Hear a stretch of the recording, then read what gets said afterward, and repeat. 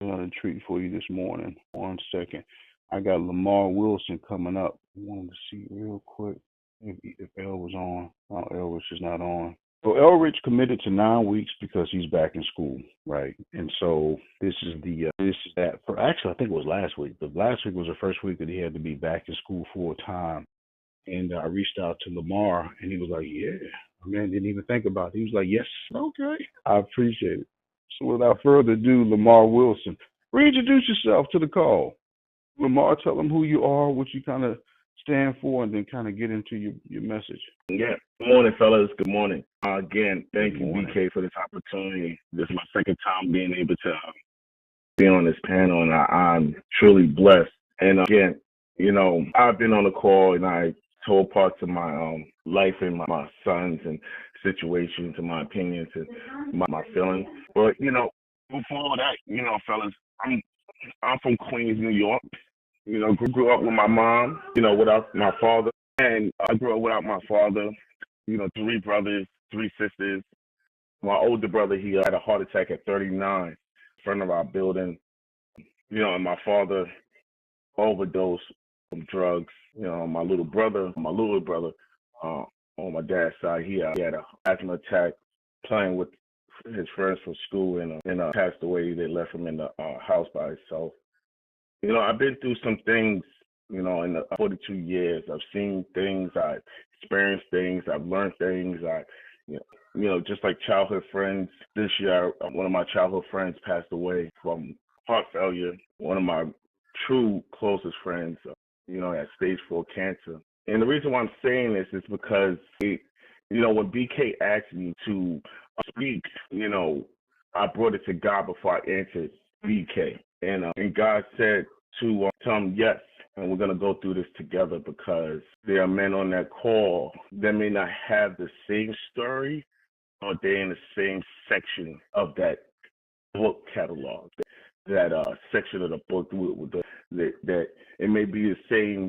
It's in that section of scary movies, and even though they're so different, there are men that need to hear the testimonies I have brought you through and got you here, because your testimonies are not for you to keep. Your testimonies are for you to share, to help uplift and motivate people, to let them know not to sit, not to stay, not to blame God, not to question God, but to just say, to adjust, because that's what God's doing every day with us. He's adjusting us every moment that every time he gets a chance, as long as we're open. They say be open for criticism, be open to be critiqued, have an open heart. And throughout this process, fellas, like, I'm a certified speaker, I'm an educational leader. I work with schools in Florida. I work with the parents in the school systems, the teachers, staff. I go into schools. I sit with the at-risk counselors. I sit with teachers, principals. We figure out, we see what direction kids are. We're able to go in there and uh, pull a spreadsheet out with kids that started out with an A and they're working themselves into a C. And I take the F's, the D's, the C's, okay?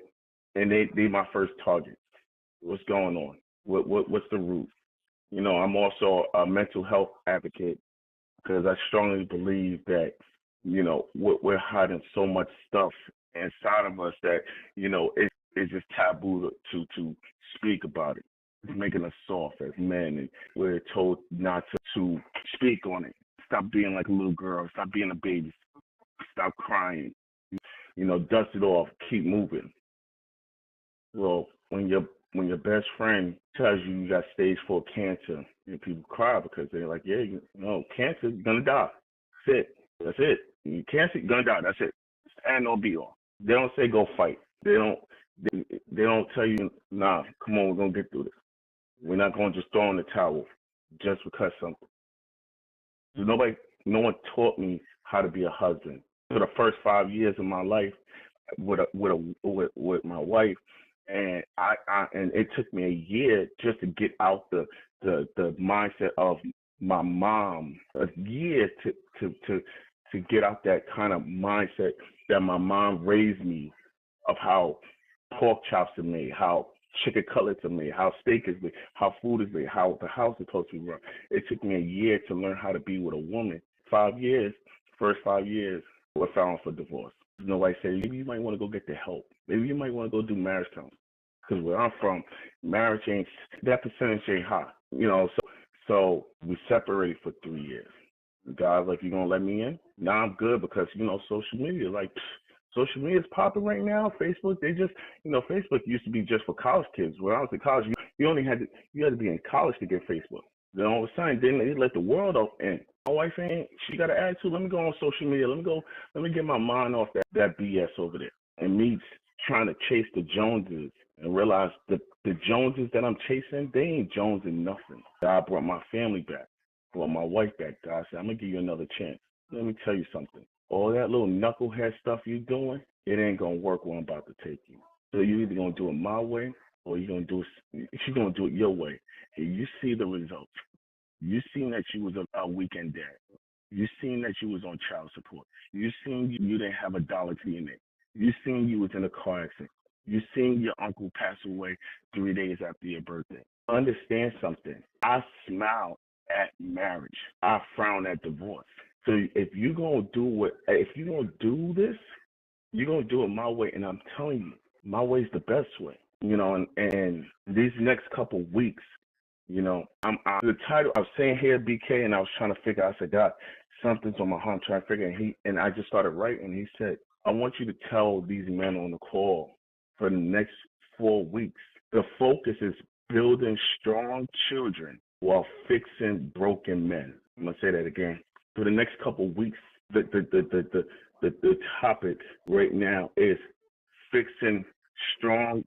building strong children while fixing broken men. And I discovered that with me being a father of 3, me being a father of a 14-year-old, a 12-year-old, and a 5-year-old, I realized that as I'm trying to build them and make sure they don't make the mistakes or make sure they don't deal with the stuff I had to deal with, God's saying, I'm pointing out all the flaws that you think they have. Those are the flaws you have. And so God is saying now, I got to take you to a place where it's so uncomfortable that it makes you realize your flaws. And so, I realized that not growing up with my dad, I could count on how many times he's been in my life.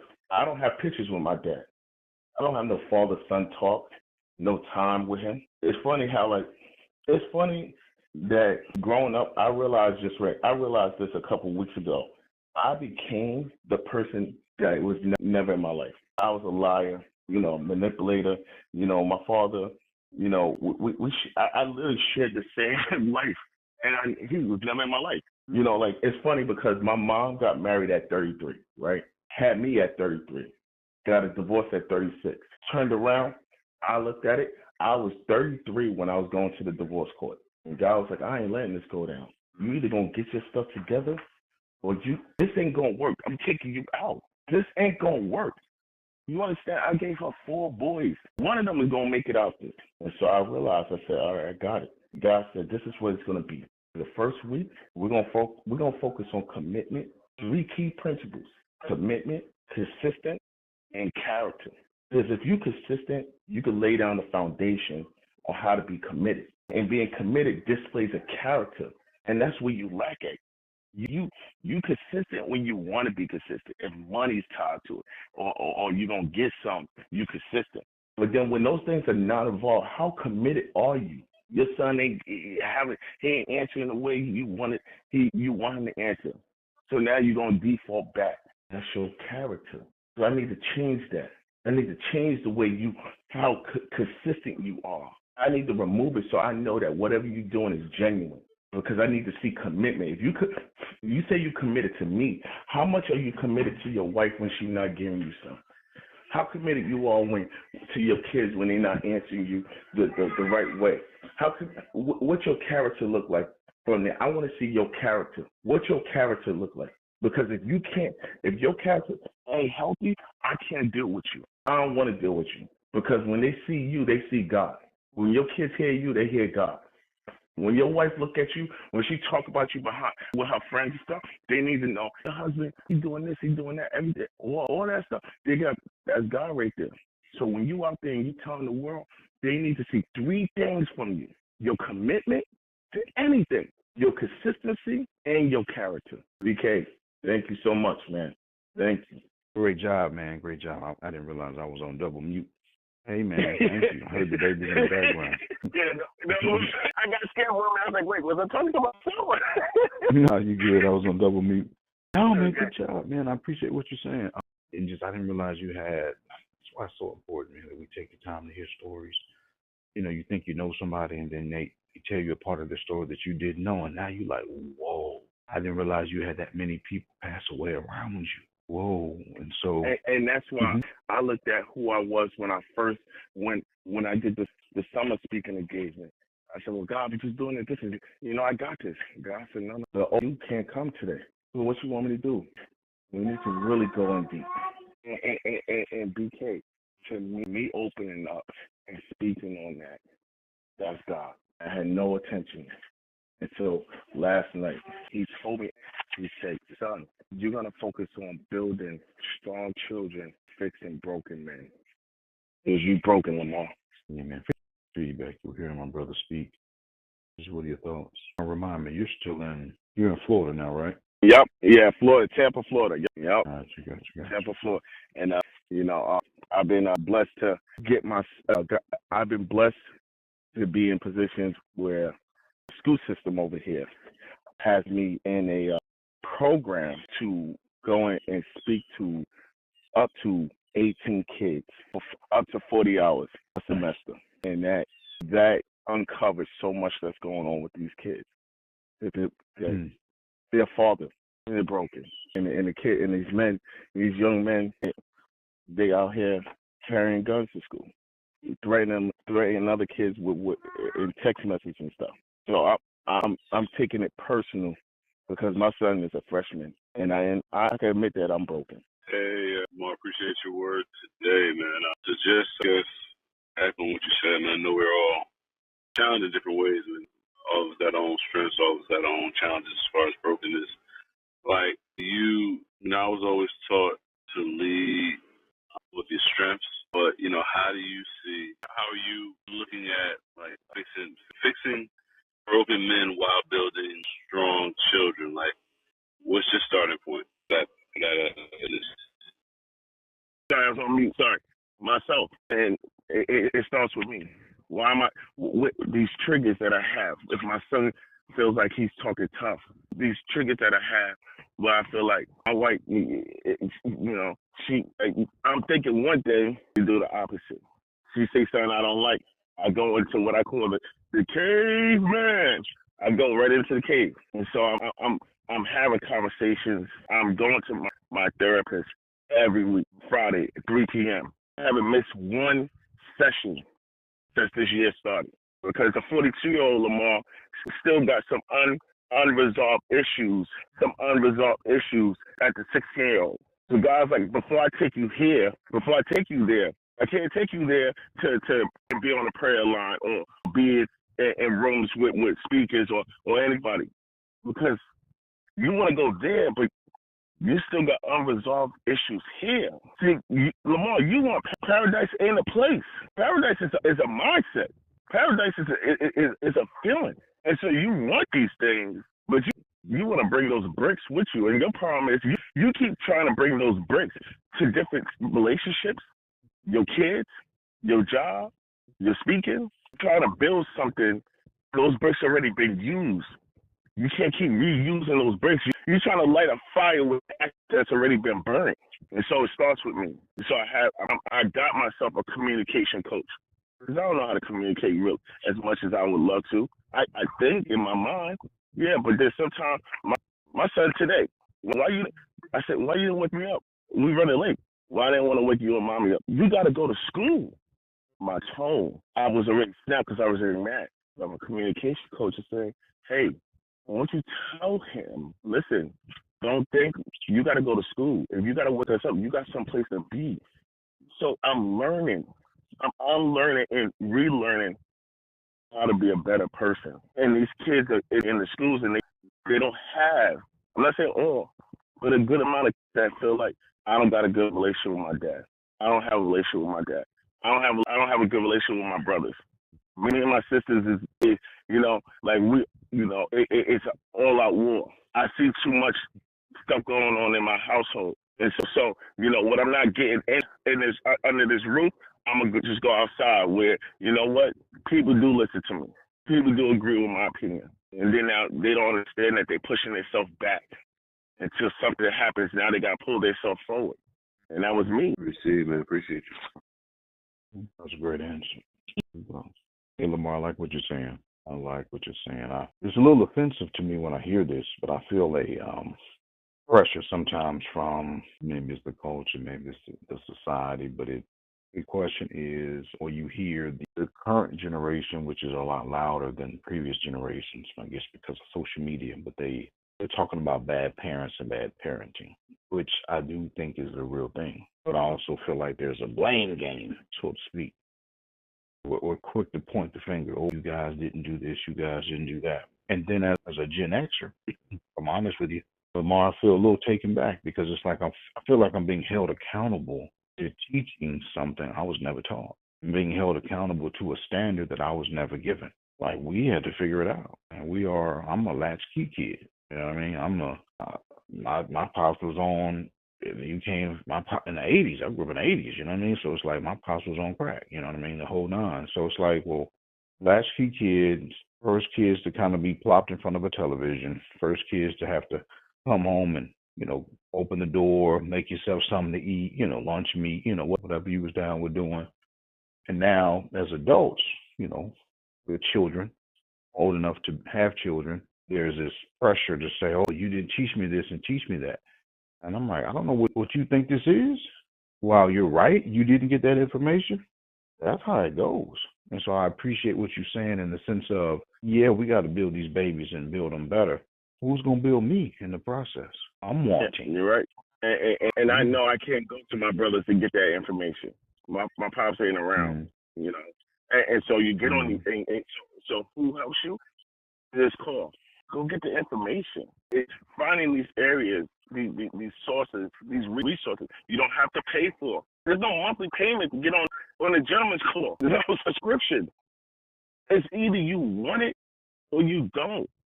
That's it's the truth about it. Do you honestly want to fix you? So you get on these calls every morning. You go on YouTube because it's free. You say, hey, free father and son conferences or communication, how to communicate, or how much it costs for a communication coach. Well, your job will do it for you. You get 6 sessions for free, and then you tell them another reason why you want it. They'll put another 6 sessions. Do you want it or not? Yeah, great start, brother. Great job. 3 more weeks, right? This is the 4th. This is one of 4. Yeah.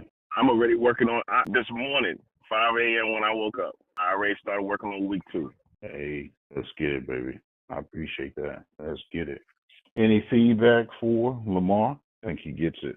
To stand in like 2 positions, 1 foot in. I got to teach, but then the other foot in, I still got to learn. And I'm learning on the process as well. Yeah. I'm learning in the process as well because I'm learning who my son is. I know he's a black and white person that he feels. If you tell me, Daddy, if I say, Aiden, go take out the garbage. In my mind, I said, go take out the garbage, put it in the front because that's garbage is tomorrow. And then I come out tomorrow, I'm mad.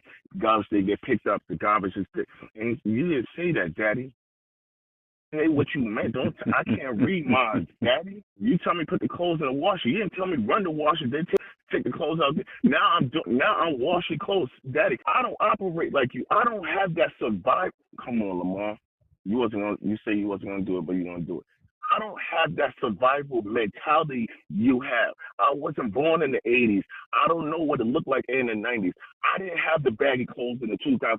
I know now. So when you telling me something, Daddy, I'm sorry. I ain't trying to be funny when I say this, Dad. You don't know how to communicate. You don't know how to explain stuff to me. You're not mad at me. You're mad at yourself. And I got to eat that, BK, because he is detailed. And I keep saying, you don't use the brain, that, and he's like, yes, he do. You just don't know how to talk to him. That's your problem. So you get mad at him, but the phone is you should say, Aiden, go pick up the garbage and bring it to the front. What was that? That's why I paid a couple of dollars because I communicate with a survival mentality. Mama, I was like, use your brain, stupid. And now I gotta eliminate that word and say, hey, go use your brain. And he's like, Dad, I did what you said. Separate the color clothes. Okay, cool. BK, I said separate the clothes. And then we're gonna run. He said, cool. Why is this called Aiden? Did you check the pockets? You didn't say check the pockets, Daddy. You said separate the clothes. If you want me to fully do the laundry, I need detail. I'm not built like you, Daddy. That's your problem. I don't know what that household you grew up in. You probably had that, but you gave me a different lifestyle. We're not from the same cloth, and I have to learn that. You're not from that project building. Number 6. Right now, they number 4 in New York City, the worst neighborhood to live in. He not from that 8 people living in a household with 3 bedrooms, 1 paycheck. He not from there.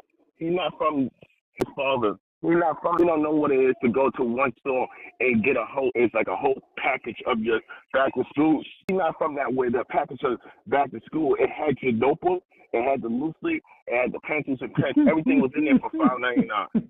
He not from there where you bring a shopping cart, you get the big block of cheese, and it said milk. It said no frills because when you got food stamps, you can't shop on the regular side. They had a section separated for food stamp people where it just said cherry. It said bacon. I'm going to send some pictures. It was no frills. It was black and white when your milk was powdered. Daddy, I'm not from that. I'm not from that. That's why your stomach is the way it is because you had the powdered milk. It just said milk. It didn't say 2%, 1%. It didn't say lactose. No, it said little thing said bacon. You had Kool-Aid. It said grape. You and your mom took a shopping cart. Some people went left where they had the name brand, the Wonder Bread with the He-Man stickers in there. I know I'm telling my age, but let's keep going. And then the other side, it was the food stamp people, and that's how they separated us. Dad, I'm not from there no more. We could shop together. So when you tell me something, make sure you tell me everything because I'm not built like you. And I'm cool with that. And I'm blessed that you gave me this lifestyle where I can go outside in some areas and play and not see drug dealing. Like I walk to the mailbox and I don't have people standing next to my mailbox. I'm blessed for that. But Dad, you gotta understand something. I don't have that survival mentality you had that you had to grow up with. I'm sorry, not have that you had to grow up with. I have a different survival mentality. But I don't have that 80s, that 90s. I don't have that. I wasn't born in the drug era. I wasn't born. When you talk to me, Daddy, I need you to really explain yourself because I don't know what it was when you saw Mike Tyson on Fight Night. I don't really know what it was. But what I do know is that this type of music, I know my generation. I know what's going on, but I need you to teach me that because to me, back in the days, I had the two socks. You wear that right now, they crucifying you. You got to stop punishing me, thinking that you had me in the 80s. So now I have to learn. I have to grow. I hate their music, but I learn.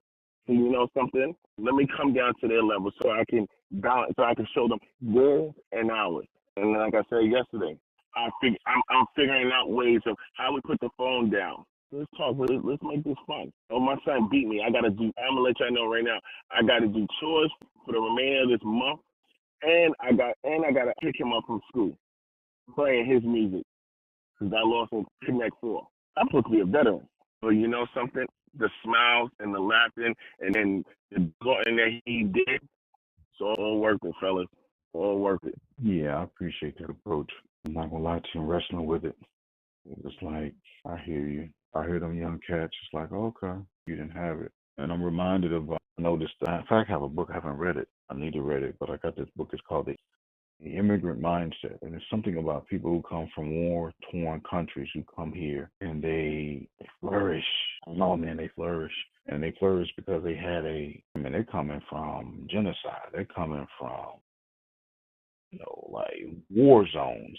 And they come to this country and they are winning. And it seems like there's something about having too much, having it too easy that makes you soft. It makes you soft. And I wonder if those 80s babies, those latchkey kids, the crack era, I wonder if that gave us I don't know, a certain edge to life that maybe they need. And so I agree with what you said. You know, he didn't grow up in that, and that's the whole point, right? We stand on the shoulders of giants. But man, this is called a washing machine. It's called a dryer. Yeah. You know what I'm saying? I feel you. I didn't explain that to you, but you got to come to the point in your life where this is what life is really about. Life is about understanding the message. You may not get all the pieces. Hello, step 1, open the door. Step 2, insert the clothes. Step 3, add detergent. Step 4, set the temperature. You may not get that in life because life is asking you for clean clothes.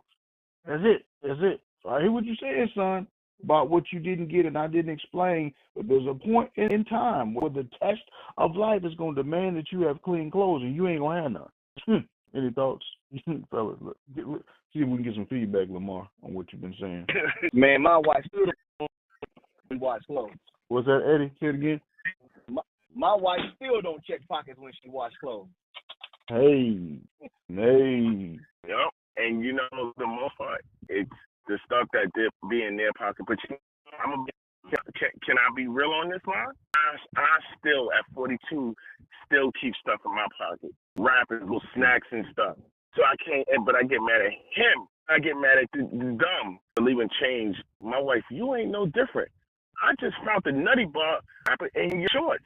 So if you're going to talk about somebody, start with yourself. She's like, she said something, I don't, how she worried, it came out so perfect, but she basically was like, they say you point one finger at the person and 3 back at yourself, but no, the person who lifted their finger to point, that's the person they need to start with. I don't know how she worried, but it hit me like a brick. It hit me like a brick to know, like, before you start checking somebody about their bad habits, check yourself. You know the Ice Cube. Check yourself before you wreck yourself. And that was me. That's me. I am truly sitting there judging my son about stuff and ask yourself, well, you had to do that when you were younger. I hate that, BK. They look at your kids. You was just like that when you was 8. I was, because I don't remember that. What they doing is foolery. That can't be me now. And then I bring it to God. Was that me? If you see it, what do you think the solution is? And that hurts. Man, I feel like there's 1 or 2 brothers wanted to get in on the convo, and they are being reluctant. What's up, QL Mason? Let's see who else out there. That's Chris Crump is in the building. Good morning, Troy Wilkins. DL is in the building. Lamont Johnson. Good morning, Johnny Dyson. Yeah. Well, great first session. Thank you. Look forward to the next 3. Put a bow on it for us, man. Put a bow on it for us. Just what can we expect going forward? Next week, I'm doing the blueprint. I'm sorry, not the blueprint, the layout. Focus is to build. So this right here was this was just a conversation. Just like when you build a house, you come to the table and you figure out, you know, what's the measurements, you know, everything with the house. And then the second thing is like, okay, now let's go do the layout of where we want to put, you know, where the garage is going to go, where, you know, do we want to do 2 doors, you know, and then the third week, blueprint. Let's just make sure we got this before we start sending people out to do the work. I'm metaphoring a lot right now, so I hope you catch me. And then the last week, let's start building the foundation. And I leave, and in BK, I want to leave my time. I'm staying on, but I want to leave on a note of, I just want people to know, like, we got to take care of ourselves. We have to take care of ourselves while as much as going back to take care of the wounded child in us. I'm going to say again, to take care of ourselves, we must go back and take care of the wounded child inside of us. There's some wounds in us, and we think just covering up. You know what? I'm gonna be a better dad than my dad. I'm gonna be, you know, I'm gonna be a better parent than my parents. And we can't just do that while you're trying to catch, like you said, BK, yesterday, trying to catch a rabbit. Imagine trying to catch 3 in a short period of time, because you don't know, we don't know our time. So we're like, yo, gotta catch these fast. And it's like, wait, we're not even stopping thinking how we're gonna do this. Let's figure this out. So, like I said, you know, to take care of us, we must go back and take care of the wounded child inside of us. Thank you, BK. Thank you. Heard to me as of late that, yeah, before you can really focus on the man, the husband, and the father, right? That's the goal here. Better men, better husbands, better fathers. And by default, you become better leaders. But in order to get to that, you got to first focus on the son. You got to deal with the son, right? Crump's got that podcast, Boy, Man, King. It's like, yeah, we try to be the man and the king so quickly, but what about that boy? And unless you fix the broken boy, unless you master sonship, because that's the time when you go back to scripture, when you go back and look at what Adam did, what man did, man spent a lot of time with God before he became all those other things, perfecting his relationship with God, naming animals, walking in the cool of the day, spending time with God. And so when you think about the violation was listening to another voice other than the voice of his father. Yeah, you can call it disobedience, but the original sin was you stepped out of covenant with God. And so, man, if we as men, if we can step back into covenant with him, back into relationship with him, because my identity is in him, my competence is in him, my talents, abilities, gifts, and skills are in him. Everything that I'm wanting to accomplish outside of him is futile because I'm built. See, it was his breath in me, right? I'm built based on his breath. So how can I find out who I am? How can I know who I am? How can I function in the fullness of who I am without being connected to him? It doesn't even make sense. I'm excited, man. I'm looking forward to it. Well, it's about that time. Let me see if my good brother's on the call. Corshawn Bray, boy. We get mixed up sometimes. I'm not sure if Corshawn is out and about or not. Let me check in with one of the elders on the line. Easy E. Thinking about you this morning, Easy E. How you doing? Easy, if you're speaking, we can't hear you. Eric Manley? Did you hear me now? Yes, sir, we can. What are your thoughts on that, Easy? What are your thoughts on that? That's just so powerful. Perfecting that son. Yes, sir. That's so powerful what he just said, man. I just got on, man, and just you said sonship, but he said healing you, and that was, and he spoke right to me because that was me, just 2 years ago. Healing taking place for me, and man, ever since then I've been able to thrive. I've been able to, my relationships with my children are better. My relationship with my queen is better because my relationship with the Lord. And man, that's just it's a freedom, man, that I can't even express. There's a peace that I can't even express. There's a peace with my relationship with my sister Yvette, with my brother Kenyon, even with my other brothers from my biological dad. There's a peace, like you said, when we truly have that relationship with God. There's a healing, and I'm just so thankful. I was driving the other day, and I was just thinking about I have shorter years ahead of me than what I have behind me. But the good thing about it is that my relationship with the Lord is better than it's ever been. And so really, I'm just living, preparing myself for eternity. And I'm just so thankful, DK. I am so thankful when I see. I'm so thankful for my dad, man. I'm so thankful for my biological father. I'm thankful for my father who was not my biological father. I'm so thankful for them because God knew who were going to be my earthly and biological fathers. He knew that. So as long as I'm in right standing with him, there was a purpose for that. And so, man, we are blessed, man. We could talk about the things that took place in our walk from a child into where we're at right now. But man, when we have that true relationship with Christ, he shows us why that took place. And when he showed that to me, when he said the reason why they weren't there as much as you wanted them to be there, it's just they didn't represent me. And not only did they didn't represent me, but they didn't have an example that represented me, so they didn't know how to represent me. So give them some grace. Because if you trust me, you know I know what's best for you. He said, look at your queen that you've known for 37 years, and you've been married for 32 years. Look at your children, two college graduates, and then you have one that's 15. And look at your baby girl, Camille. She goes to Bible study on Tuesdays, and she's playing volleyball. And on Sunday,